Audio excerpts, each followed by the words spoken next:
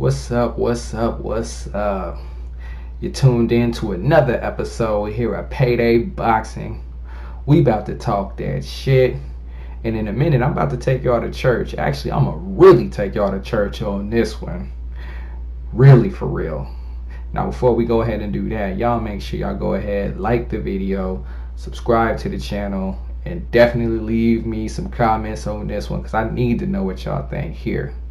So, we about to go ahead and expose this fraud shit going on with Canelo Alvarex. That's right, we finna expose that ass today. The buck stops right here. There's some fraudulent fuck shit going on with your boy Canelo, and you know what? We about to call him out. We about to call that ass out right now. So, church, brothers and sisters, we are gathered here today to discuss this bullshit that Canelo Alvarez is over here talking. Now, I know y'all done heard Canelo's recent comments. He will no longer, from this day forward, he will not fight another Mexican fighter. Let me repeat that. Canelo Alvarez, a Mexican, says that he will no longer fight any more Mexican fighters. Now, we could go ahead and get into if this other group said that they would do that to their own group, how would that be perceived? But we ain't even gonna go that route. You know what I'm saying? We just gonna call the fuck shit to the table. We gonna go ahead and address Canelo Alvarez right now. We about to strip this man butt naked, leave him exposed out here for the streets, let everybody see what's going on with this man. So, I'm gonna let y'all know. Now, I got a lot of love for Canelo Alvarez, but my man has been out here perpetrating fraud to the public. Alright? And I'm explaining to y'all exactly how this man has been perpetrating fraud to the public, especially, most exceptionally, now that this man has indicated that he will no longer fight any other Mexican fighters. Because coincidentally, he's now at 168 pounds. He's fighting at 168 pounds, where there happen to be very dangerous Mexican fighters. So how does that work? Before we go into what's going on in 168, let's talk about what's been going on the entire time with Mr. Canelo Alvarez. All right. So, right beneath everybody's noses, you know what I'm saying, Canelo Alvarez has been skating by on some fuck shit. You know, you might not have realized it, but Canelo has been getting over with some bullshit. Each one of Canelo's biggest fights, his biggest victories, and I'm gonna need y'all to listen close to this one. Each one of Canelo's biggest victories have come against fighters who are 35 years old or older. I'm going to repeat that. His biggest victories have come against fighters who are 35 years old or older. Want me to prove it? Let's go down the list. Gennady Golovkin. We all know his recent fights here with Gennady Golovkin. You know, he fought Gennady Golovkin in 2017. He fought him again in 2018, both times in September. You know, like he does, you know, around the Mexican holiday, you know, the Mexican Independence Day. How old is Gennady Golovkin? Gennady Golovkin is 36 years old. When Canelo beat Gennady Golovkin was 35 years old. All right? This is what I'm telling you now. His biggest victories have come against fighters who were 35 years old or older. Now, we know what he did to beat Gennady Golovkin.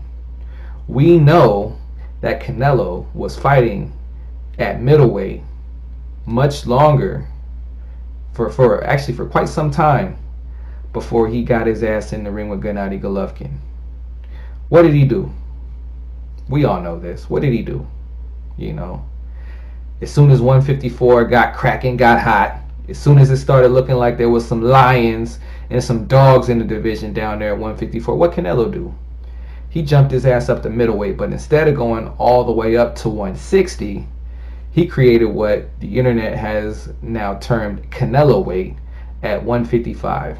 And he was calling fighters out and fighting these fighters at 155 pounds. Right? Or am I lying? Now, let's move forward here. So, Canelo was fighting at Canelo weight. When the WBC, or whichever sanctioning body it was, I forget at this point, whichever sanctioning body it was, ordered Canelo, I think it was the WBC. When they finally ordered Canelo, oh, that's right, yeah, it was the WBC, because Canelo beat a 35-year-old Miguel Cotto for the WBC belt, the belt that Miguel Cotto stole from Sergio Martinez. Anyway, Canelo beat 35-year-old Miguel Cotto for the WBC belt at middleweight. The WBC came down and said, all right, you need to fight Gennady Golovkin. What did Canelo do? He flexed his A-side muscles. He said, fuck that shit. I'm not fighting Gennady Golovkin. Fuck your belt. I'm not paying you any sanctioning fees. Y'all can kiss my ass. That's what he did. Y'all know this. Y'all know this is true. Y'all know this is true. That's exactly what he did. Tell me I'm lying. Now, after he did that, what happened? Oscar De La Hoya, or the matchmaker over at Golden Boy, whoever it was, it don't matter to me, they proceeded to age out Gennady Golovkin. They waited till he got older, and then they went ahead and took the fight. You know, they fought to a controversial draw, as we all know, and then he finally beat the man. When he turned 35 years old, he was able to whoop that ass. And I wouldn't even really call it an ass whooping. He won the fight. All right, he won the fight. He clearly won that fight, in my opinion. Some people said it was controversial. I thought he clearly won the second fight. All right, Gennady Golovkin was 35 years old. We've established that the man he beat for the middleweight belt, Miguel Cotto, was 35 years old. Well, who else? Wasn't Shane Mosley 35 years old or older? I think Shane Mosley had to be older than 35 years old when he fought Canelo. You know, another big name on his resume, 35 plus. Now, the fourth 35-year-old we all know is the one he caught that L to, was Floyd Mayweather. No shame there. You know, Floyd Mayweather beat everybody. So, you know, what do you expect? Of course, Floyd Mayweather did pick on a young Canelo, caught him while he was young, you know, while he was a baby, fresh out of Pampers, you know what I'm saying? And then he decided, you know, to go ahead and get in the ring with him. That's what Floyd Mayweather did, and, well, it looks like Canelo and his team, they're kind of following suit with what Floyd Mayweather, you know, the blueprint that Floyd Mayweather then laid out, you know, with careful matchmaking. You know, I'm not going to say that Canelo Alvarez, well, shit, I am going to say it. This motherfucker ran up out of 154 as soon as shit got thick. Yeah, he ran out that motherfucker. All right, now the word on the street is that Canelo Alvarez is he's gonna stay at 168 pounds, but with one caveat: he will not be fighting any Mexican fighters. You know, and that's perfect timing, of course, because, well, who's at 168 pounds? It just so happens two of the world champions at 168 pounds are undefeated Mexican fighters. Straight killers. We got Gilberto Ramirez, 39-0 with 25 knockouts. He is the undefeated WBO champion at 168 pounds, a Mexican fighter. We have one of my personal favorite fighters, a fellow Zona boy, in David Benavidez, 20-0 with 17 knockouts, the youngest champion in boxing today. He is also a Mexican fighter. So what I'm going to say, I think it's some straight bullshit. It's some maneuvering going on here at Golden Boy that nobody has yet called out, that I'm going to go ahead and call out right here, right now. So let's go ahead and put the old men down. Let's put them away. Let's set them to the side, you know what I'm saying? Let's put them in their rocking chairs.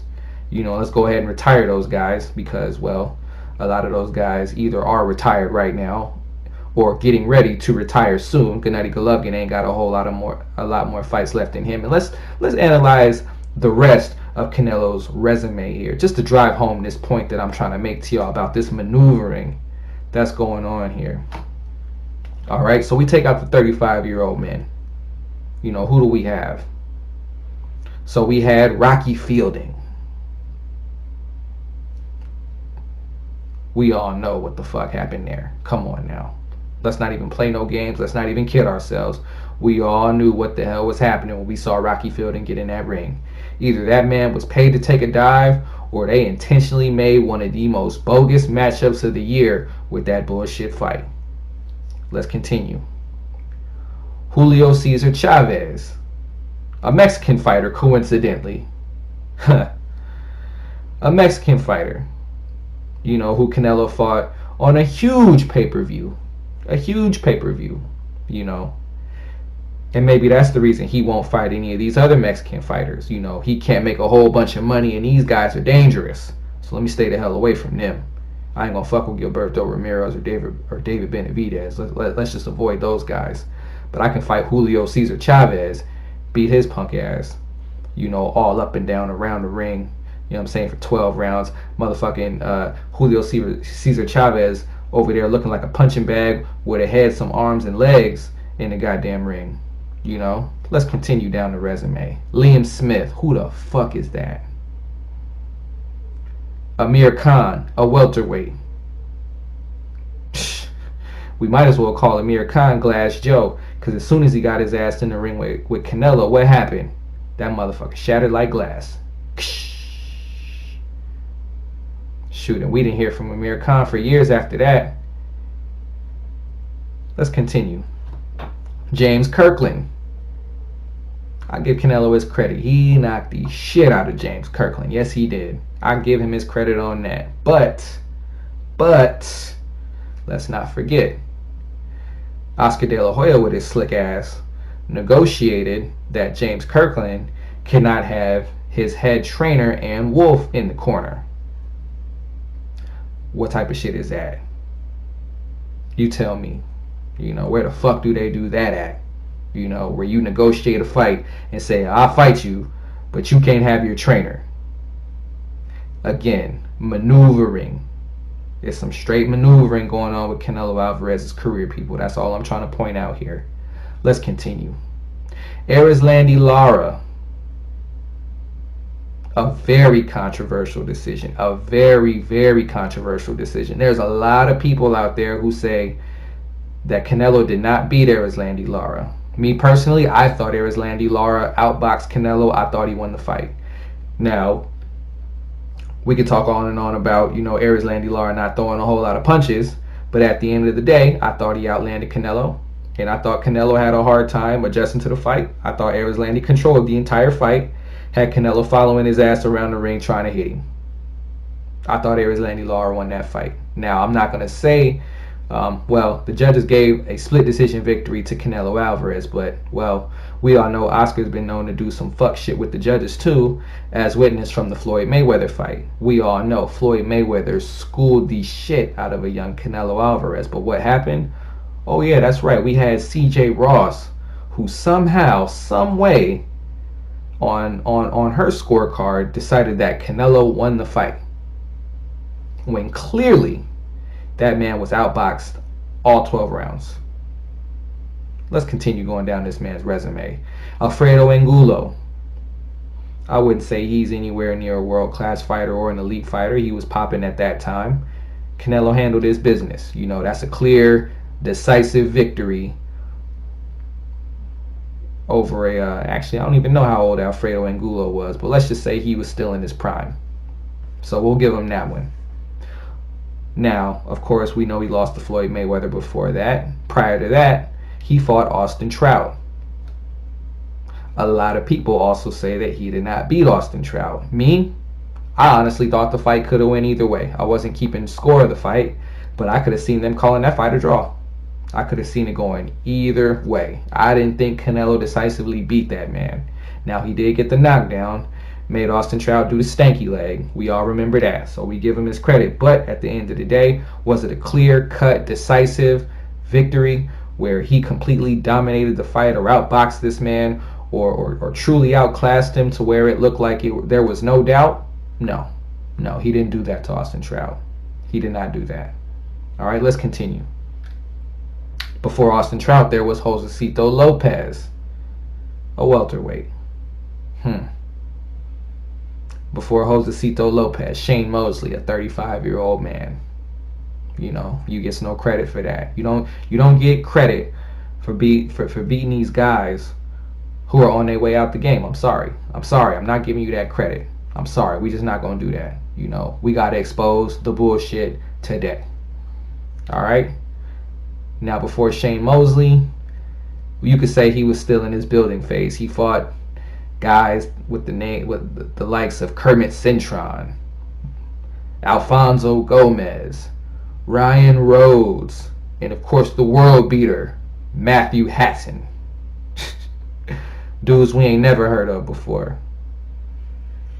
You know. Also, who else? Who else did he fight? We got Carlos Baldomir. Carlos motherfucking Baldomir, y'all. I mean, come on now. Floyd Mayweather beat Carlos Baldomir. So, at the end of the day, y'all, I'm hoping this proves the point that I've been trying to make. It's been some crafty maneuvering going on with Canelo Alvarez's career. It's some fuck shit going on. As soon as these other divisions got hot, somehow Canelo Alvarez came up missing. Now that 160 is getting hot, oh, what do you know? Canelo Alvarez then disappeared again, and he then jumped to a division that's got some big-time Mexican fighters, and he just so happened to decide he don't want to fight Mexican fighters anymore. So who's really left at that division? You know, maybe we'll see him take on Callum Smith one day. I wouldn't imagine anytime soon. What I think is more likely to happen, he'll probably end up beating up on James DeGale or George Groves or some old other bullshit.